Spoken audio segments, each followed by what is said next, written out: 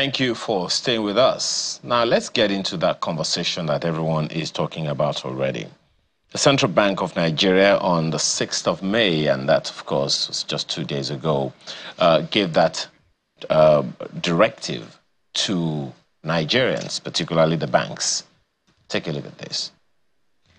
The Enhancing Financial Innovation and Access report shows that while 71% of urban adults have bank accounts in Nigeria, only 40% of those in rural areas have accounts. This has been largely attributed to insufficient infrastructure to support financial transactions. But there are a handful of Nigerians who were reluctant to embrace the electronic world because of charges. Currently, up to about 10 charges are attached to various electronic transactions, compounded by the now introduced Cybersecurity Levy.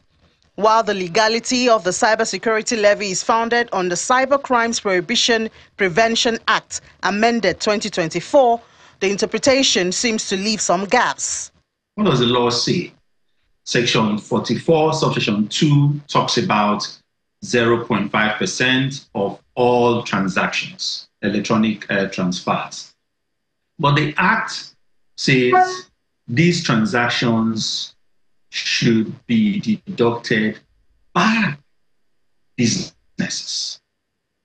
And then it goes further in the schedule to list 5 types of businesses that fall within the ambit of this regulation. Talks about GSM, internet service providers, banks and financial institutions, insurance companies, and the stock exchange. So these 5 entities are the businesses that are bound by that section 44 sub 2. And then you now have the guidelines from CBN. First of all, there are other legal issues that come within the foray of this conversation. Does CBN have the powers, to issue these guidelines pursuant to this law? Does the Act empower them?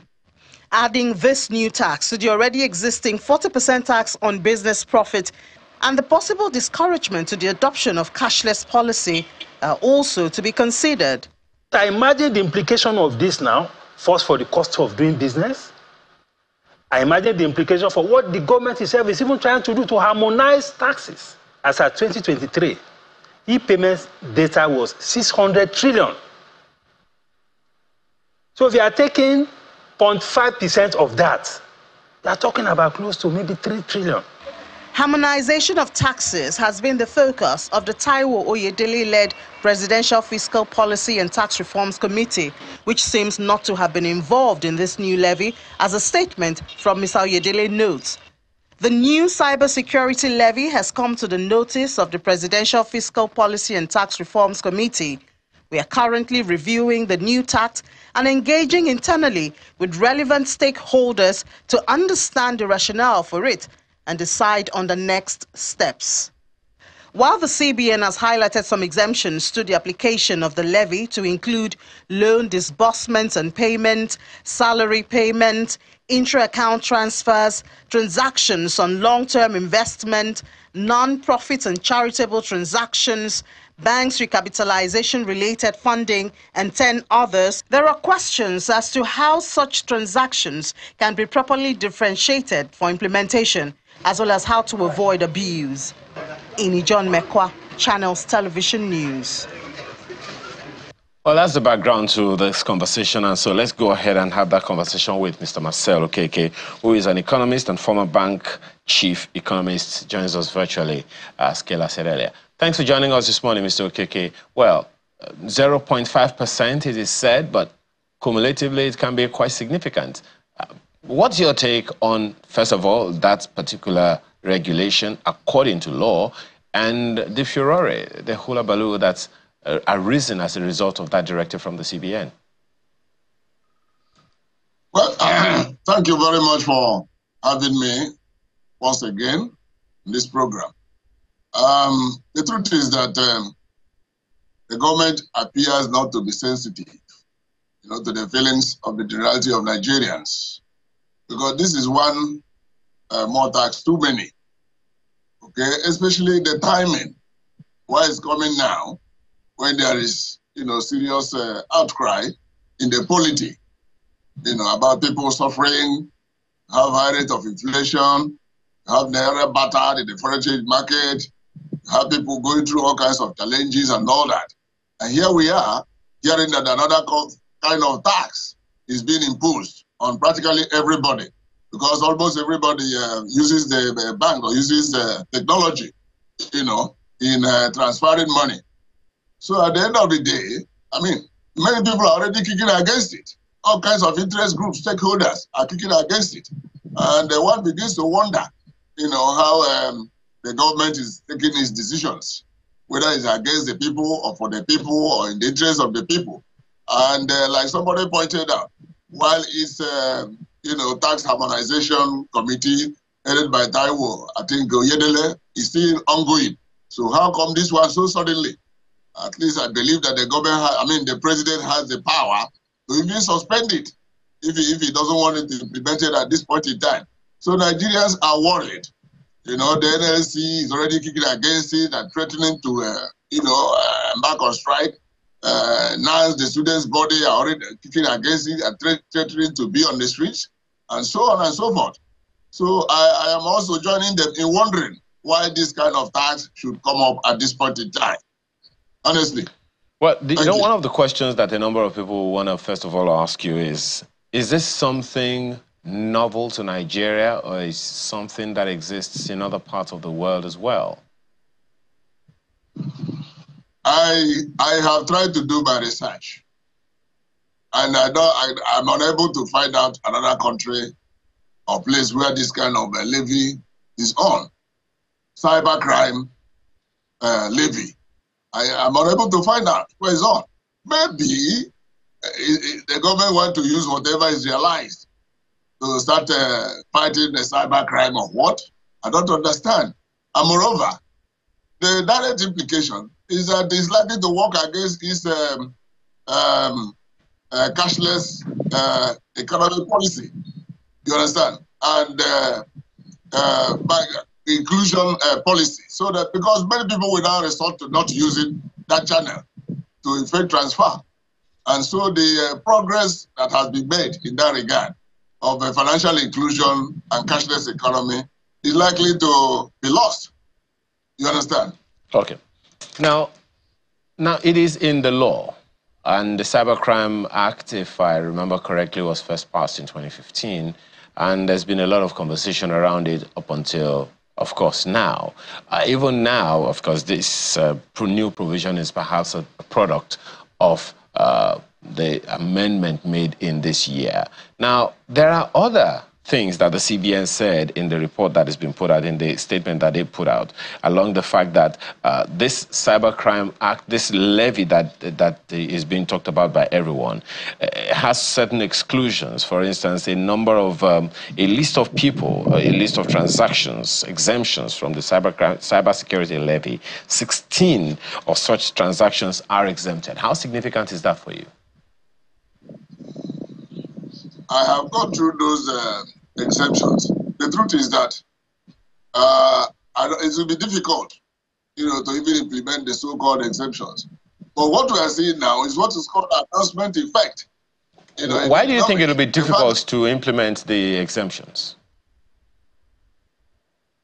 It will be difficult because, as an individual, if you are holding your phone or whatever and you want to effect the transfer, I wonder how you will indicate to the processing channel or the processing mechanism for them to recognize, what you are pushing through, especially at the initial stage, so that the bank, through which it will go, will recognize and, exempt you from being taxed.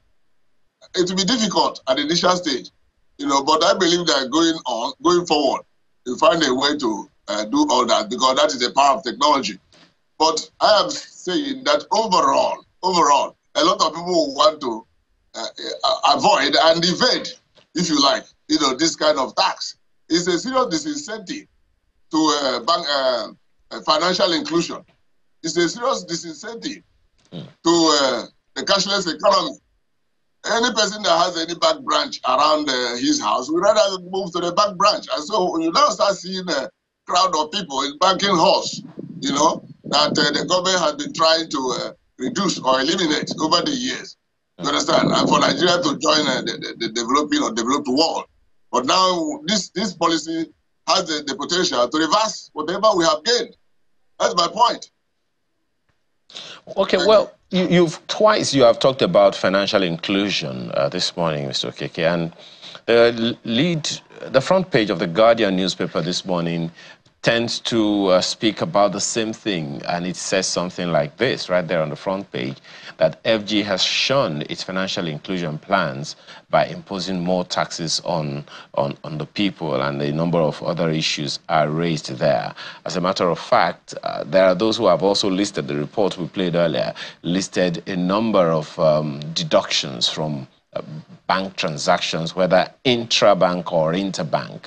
How do you think, maybe by way of counsel, this should have gone out?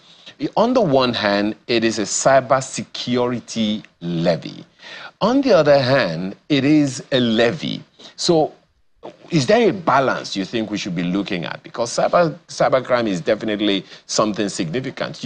I mean, no one, nobody can remonstrate the significant crime that cybercrime is. The cybersecurity is vulnerable to over the past few years. Just yesterday, I was at a session where someone is talking based on the data protection law that has also been put out by the federal government, that some young boys, not in Nigeria, in different parts of the world, are able to do these things, perform these cyber crimes, almost willy-nilly. Even on a hospital bed, they're carrying out these kinds of things in different parts of the world. So on the one hand, it is a levy. On the other hand, it's a cybersecurity levy. Do you think it is something needed at this time? Let us not be confused by the nomenclature. However you put it, whether levy or whatever, is all tax imposed on the people, and it is imposed on everybody. That's the point. At the end of it, whatever comes in from that kind of tax or levy, maybe the intention is now to use it to fight cybercrime, by the Office of the National Security Advisor. I don't know. Okay. I don't know. Could this money have not come from any other source, from within the government purse, from within the government coffers? Could this money for fighting cybercrime or cyber criminality, could it not have come from another source, from within government coffers or the purse, rather than the already impoverished people, rather than the people who already bearing the burden of so many kind of taxes and taxation? All economic agents, whether as an individual, whether as a family, whether as business, is part of the problems that we have here. In kinds of in the direction of attractive business, multiplicity of taxes, confusion. Okay. The Taiwo panel we are talking about has not come up with its final report to harmonize these things, so that we see whether it provides any briefer or or has lessened the burden of the people in any manner. And here we are now hearing about another kind of tax. So I mean, I don't find a reason to justify it at this point in time. All right. Well, I don't find a reason to. Yeah, Mr. Idele actually has put out a statement that you also saw in that report, saying that we're studying it and conversing with stakeholders to ensure to see how we can move forward. Just one more issue before I throw it to my colleague in Abuja. The levy, according to the statement from the central bank, in terms of the implementation that you talked about earlier, it says the levy shall be applied at the point of electronic transfer origination, then deducted and remitted by the financial institution. One of the issues that has been raised is that the law says that it is something that is supposed to be done by the businesses and not the banks. Do you see any pathway where we can actually,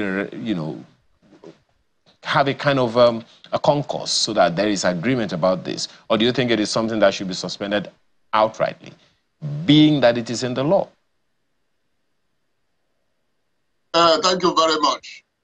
If it is suspended by the President and Commander-in-Chief of Nigeria at this point in time. It will not be the first law to be suspended by the President. So the government should be very sensitive, you know, towards the feelings of the people on who they are imposing the taxes. You know, from what is being said, you said it, the furore, you know, the hula baloo, you used all this word earlier on. You know, the way it's being discussed all over Nigeria, even before the thing takes off. It's enough to tell the government that these people don't want it. They're already overburdened by multiplicity of taxes and the general hardship in the economy. So for me, I will advise that let it be suspended. Because at the end of, after all, is the amendment to the existing law earlier this year, you know, that's empowering them to go ahead and implement it. It's not as if this has been in place over the years. And so it can still be suspended in the interest of the government. There are a lot of things the government needs to get right. And I don't want to go into all of that now. You know, so let them put things in place before this kind of task, if it must come into place. That's my position. Thank you. Well, just in case the federal government doesn't agree with you, they said it's 0.05 of the levy of these transactions, 0.5%. That's 0.005, equivalent to 0.5% of all electronic transactions value by the business specified in the second schedule of the Act. In simple English, how much is 0.5% of any transaction? Just to be clear, just so Nigerians have a clearer picture and why there is such noise about it. Let me tell you, I'm a mathematician, but I don't want to go into the mathematics. But the truth is that any digital transaction you do, especially transfer, banks have already imposed so many charges. You understand? Including account maintenance, all kinds of charges. That is why if you look into the financials of banks, the annual report, you show they make a lot of money from non-interest income. This is that kind of thing we're talking about. So there are already existing charges. This one is not the only one. And that is why people are angry. I must tell you, people are angry and worried that you are adding this one. So that if you do a transaction of 10,000, you transfer 10,000 to somebody, these people will now take 0.5%. Or if you, the way you called it, from that transaction, the banks will still go ahead and impose their all kinds of charges and surcharges. So when you add all of this, it's the same transaction. You understand? So it is not encouraging people to do what the government would have expected to do, which is embracing technology in banking and all that. That is my concern. You know, so, yes. Okeke, I mean, you're basically sharing the views of a lot of people, you know. Hello, Mr. Okeke, can you hear me? Okay. So you're basically, you know, pointing out the views of a lot of people, especially Labour, and, you know, they're talking about the burden this has on depositors. And, you know, with the burden that depositors already carry, you know, this seems like a bit much. But are there any upsides from the standpoint of an economist? This levy, is there any way it helps depositors? You know, because many people, the amount of hacking I've heard of, at least in the last few months, hacking of people's accounts, it's been very troubling. Is this any sort of help in that regard? Not to misunderstand the issue. The truth is that the levy does not translate to controlling what you have just said now. The levy does not in any way no impact on it at all, because for many people who heard about this yesterday, they were thinking, wait, hold on, is it possible? Because you see, there are so many things about this particular levy.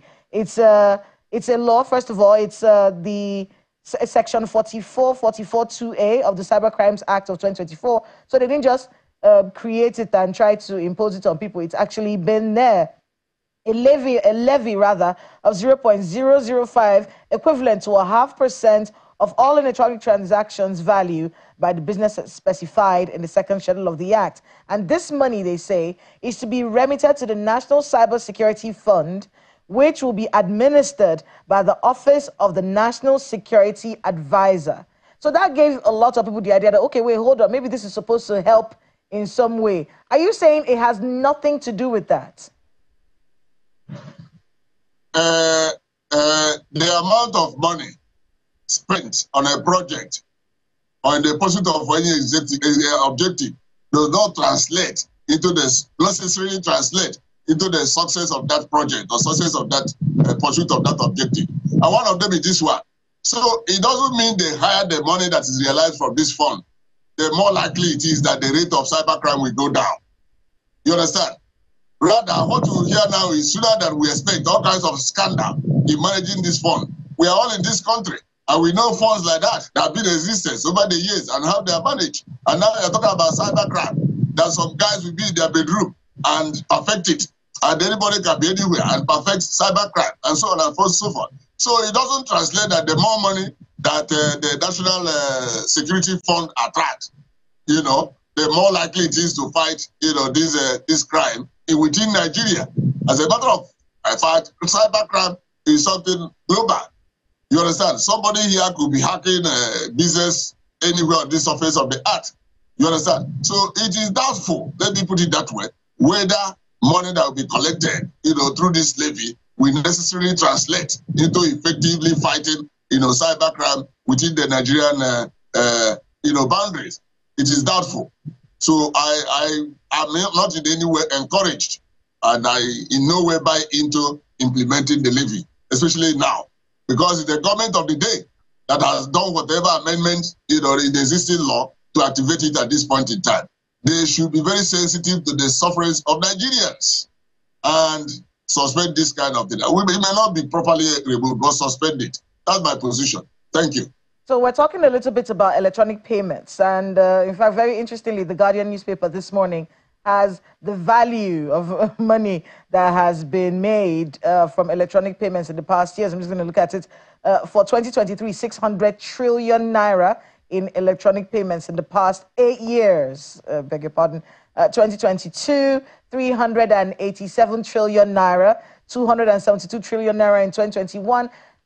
As someone from that sector, talk to us a bit about these payments, these electronic payments that are constantly being made.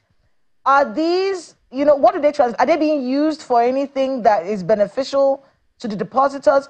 Just so we can understand our money is not just going into their hands. Is it being used for anything? Yes, it's being used. People are saved the trouble of going to banking halls to struggle, you know, for bank tellers or whatever to attend to them.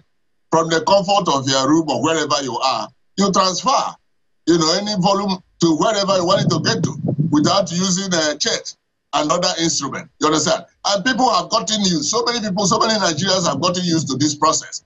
You understand?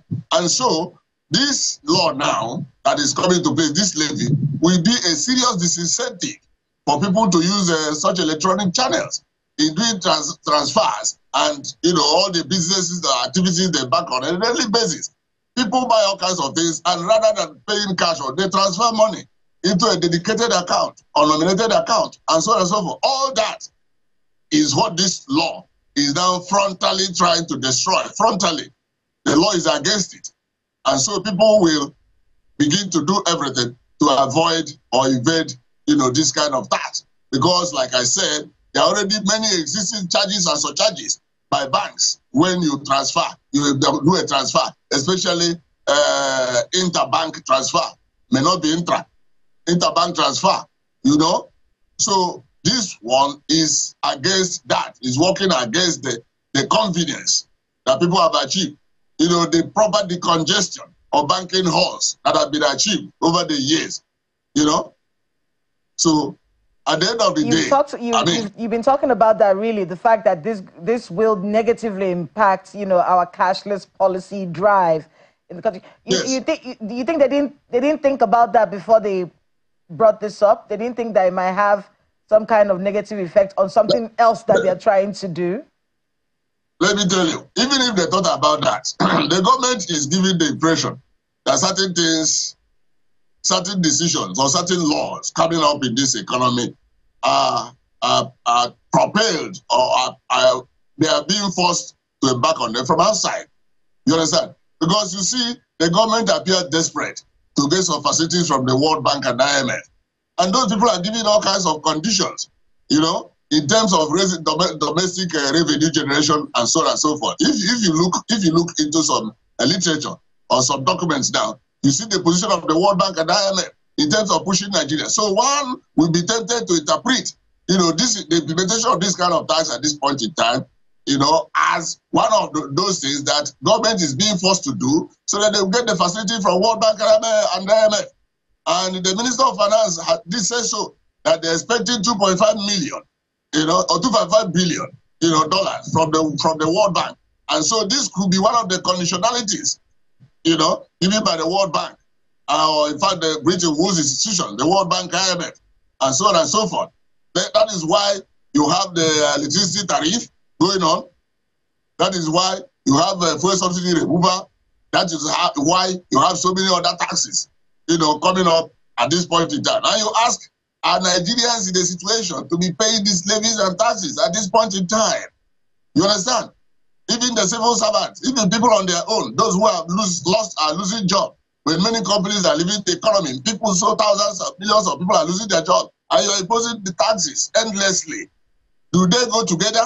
This kind of thing. So because we have to think about the economy in the widest sense of the word, we don't have to narrow it to just making money for the government. And at the end of the day, the money will be somewhere. It's likely to be mismanaged and misappropriated, just like the billions and trillions we are now hearing that have been misappropriated in some other government agencies. What is different about Nigerian Cybersecurity Fund?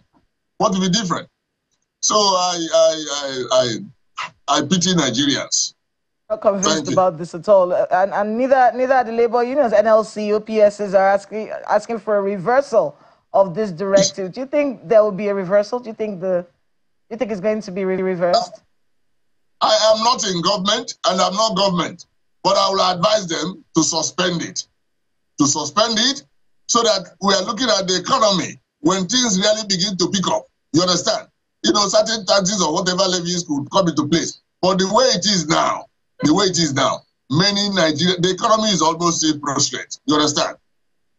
People are impoverished. People are poor. So any kobo you want to take away from them, in addition to where they're already down there, you'll be provoking the anger of the people. And I want government to anywhere else in the world, this cybersecurity levy, is it paid anywhere else in the world? I have done some kind of research, and I've yet to see anywhere. The money be raised from the people. There are other sources the government can make money. Like we are saying, if you check, you have education levy, you have the normal income tax, okay?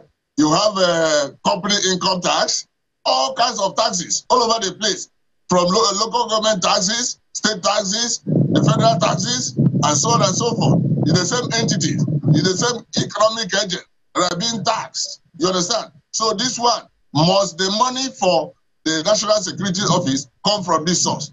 Must it be the people? People see it now as punitive. Our government is insensitive. And that's what the government should do everything possible to avoid. Well, thank you very much. But before you go, I want you to be able to get your thoughts on a few other issues here. I think we have a few more minutes before we wrap this up. What can you tell us about the National Cybersecurity Fund? Is there more details to this? Because at least I heard about it for the first time yesterday. What is it about? Well, my reading shows that the fund, at the end of the day, when this money with the levies are pulled together, will be domiciled in the office of the National Security Advisor and deployed to fighting cybercrime and cyber criminality within the Nigerian territory. You understand? And that's why I said earlier on that the volume of money so collected does not necessarily translate into effective fighting of cybercrime. Because when you talk about cybercrime... But that's what the fund is for, just so we're clear. Yes, I'm telling you that the fund will be used in fighting the cybercrime within Nigeria. That's what the fund is all about. Whatever they want to put in place, whatever structure, whatever personnel, logistics in terms of fighting cybercrime. But when you see how cybercrime is committed, you begin to wonder whether there's a group of people that go anywhere to meet. It's something that people commit, staying in various locations and all that. So I wonder how the volume of money so collected will translate into effectively fighting the cybercrime. So that is why I say it is one levy too many, one tax too many. Nigerians already being subjected. My position is government can find money from other sources, to really support the National Security Advisors Office, National Security Advisors Office, to deploy, doing their work generally, and cybercrime being one of the things, that they have to fight or contend with. It doesn't necessarily have to come from the people by way of levy. And when you look at the levy, like I said, when somebody does a digital transaction, that the banks have now so many levies, so many charges that they put on those people. And now you are adding to that. It's a serious disincentive, honestly, to bank development of banking, especially the digital banking. Thank you. Kayla, well, Mr. Okeke, so now the banks have the instruction from the CBN, and there is this pushback. And the CBN already said, okay, this implementation has to start within about 2 weeks from now. What adjustments should be made between now and then? You may also begin by speaking to the comment from Mr. Oyedele, where he says that his committee is in consultation with other stakeholders, perhaps including the CBN, to see how, at a time when they are trying to reduce the number of taxes, this one is being added. What do you anticipate or expect to be the outcome of that collaboration, that meeting, that stakeholder engagement by the presidential task force headed by Mr. Oyedele? Well, because of the feelings, because of the reactions, we're already getting, from stakeholders, including labor, including students' union leadership in Nigeria, NANS, including the organized private sector. Nobody has spoken in support of that levy. And so I believe that consultation with key stakeholders like this could result into suspension of the levy now. Now, the SERAP, for instance, is calling for an adjustment of that Section 44, saying that that particular part of the law and the part that penalizes people, criminalizes people for not paying the levy is unconstitutional. The question a number of people would ask, that some other people might be asking is, look, we know that this law was being made by members of the National Assembly, almost 500 of them. They passed this into law, and it became a thing that the president signed into law. So is it that we're not getting good enough representation from the National Assembly, or it is something that was done hush-hush? What exactly do you make of that, the angle of lawmaking, making this into a law by members of the National Assembly? Well, the government is one. We have one government. National Assembly is just an arm, of the government. It's not a tier of the government. It's an arm of the government. And let me tell you, the executive arm of the government has such power as to influence whatever it wants to influence, whatever law. You understand? So that is even why you now begin to suspect why that law has to come up this year and not last year and not 2 years ago and not 3 years ago. So the executive arm of the government usually ends up getting what it wants to get. And that is why it was expeditiously signed into law by the president of the country. You understand? So you cannot now say because it came from the legislative National Assembly that the executive or the president is kind of compelled to sign it. We are here in Nigeria and been witnesses to some number of laws like that the president uses his executive power to suspend. And this could be one of them. That's the way I look at it. And I seriously advise that after consultation by the Oyedele committee, that this law could still be suspended because it comes at a point that Nigerians, impoverished Nigerians are suffering the impact of so many existing taxes. Nigerians are suffering from the impact of the state of the economy and so on and so forth. So for the government to implement it at this point in time, it's like there's more to it. That means like I said, it's like external forces are forcing them or pushing them that this must be implemented now. And suspending it will now prove otherwise to the generality of Nigerians. And that is what I subscribe to. Thank you. Well, what is interesting, Mr. Okeke, is that this is not the first time this particular circular or this particular information is coming from any circular by the CBN. In 2018, the Apex Bank said the levy shall be 0.005 of the service charge, exclusive of all tax effects from all electronic financial transactions occurring in a bank, a mobile money scheme, or other payment platforms. It would seem like it's either we forgot or we didn't know that the CBN had made this earlier. Is there any reason that you think this is being repeated now, or what do you make of that? The fact that this is not the first time this kind of circular or information is being passed to the banks by the CBN? Government exists for the people and the well-being of the people, for that matter. Nigerians, I'm sorry to say, are not happy. That is putting it euphemistically. The Nigerians are not happy about the state of the economy and how they are being affected by the state of the economy. So bringing any kind of law into place now that will warrant taking more money from their pockets into government coffers is not the wise thing to do. I mean, that is why we're talking about timing. Okay? You consider the people that you are taxing. Mr. Okeke, you are not speaking to the fact that this circular, this is not the first time this information, this directive is coming from the CBN. It happened in 2018 and it's happening now. Is it that it was never implemented? I am now telling you that that is why the government will not find this time the most convenient time to now implement it. It is wrong because there are already so many things that are disturbing the people, impoverishing the people, punishing the people.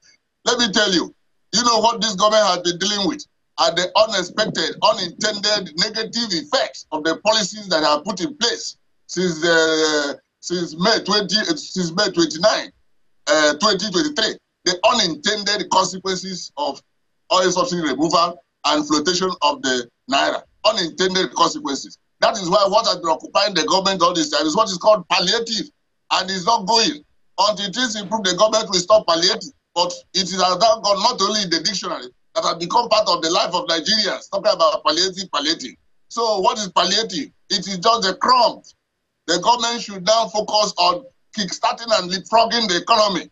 And it's not through taxing people that you leapfrog the economy of this type, you know? So that is why people are getting the impression that some outside forces are now compelling the government to be implementing things that are punitive to the people. That's the impression out there, I'm sorry to say. You understand? Okay. So government should do everything possible to cancel that kind of impression. You know, take it easy. That's what we tell them when it comes to taxation like this and levies like this. There are already too many. They should allow the committee they set up to work and give them the final report instead of going behind them to be starting all this. Yes, it's been there, but why will it be given effect at this point in time? Like you're asking. Why? Why will it be given effect when the people are the way they are? When the economy is the way it is? When Nigeria as a whole is the way it is? Why must it be now that such a policy or such a levy should come in place? It's insensitive on the part of the government, honestly. Absolutely. Well, Mr. Okeke, there are many people who, as they hear you say, why should it be now? Some others will probably be saying, why not? I guess the government has its job cut out for it to explain to the people and do the needful by the people. Because as you said, government is for the people. And it is by the people, and consequently, the government is compelled to listen to the people. Thank you so much for your time this morning. Marcel Okeke is an economist and a former bank chief economist. Thank you so much for your time and explanation today. Thank you once more. Thank you for having me. Thank you.